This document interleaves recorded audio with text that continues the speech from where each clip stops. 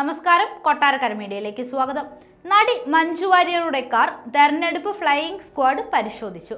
തമിഴ്നാട്ടിലെ പതിവ് തെരഞ്ഞെടുപ്പ് പരിശോധനകളുടെ ഭാഗമായാണ് മഞ്ജുവിന്റെ കാറും പരിശോധനയ്ക്ക് വിധേയമാക്കിയത്. തെരഞ്ഞെടുപ്പ് പ്രഖ്യാപിച്ചതിന് ശേഷം ഇത്തരത്തിലുള്ള വാഹന പരിശോധന സ്വാഭാവികമാണ്. മറ്റ് സംസ്ഥാനങ്ങളിൽ രജിസ്റ്റർ ചെയ്ത വാഹനങ്ങളാണെങ്കിൽ പ്രത്യേകമായി പരിശോധിക്കാറുമുണ്ട്.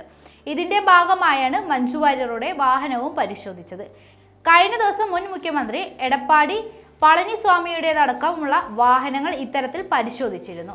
മഞ്ജുവിന്റെ വാഹനം പരിശോധിച്ചത് തിരുച്ചിറപ്പള്ളി അരിയല്ലൂർ ബൈപ്പാസിൽ വെച്ചാണ്. പരിശോധിച്ച ഉടനെ തന്നെ തെരഞ്ഞെടുപ്പ് കമ്മീഷൻ ഫ്ലൈയിംഗ് സ്ക്വാഡ് സംഘം മഞ്ജുവിനെ വിട്ടയക്കുകയും ചെയ്തു. മാനേജറാണ് മഞ്ജുവിന്റെ കൂടെ ഉണ്ടായിരുന്നത്.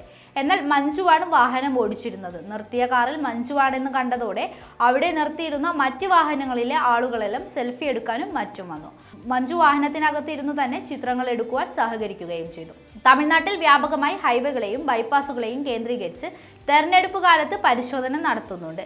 അനധികൃത പണം കടത്ത്, മറ്റ് നിയമവിരുദ്ധ പ്രവർത്തനങ്ങൾ എന്നിവ പിടികൂടുന്നതിനാണ് ഈ പരിശോധനകൾ.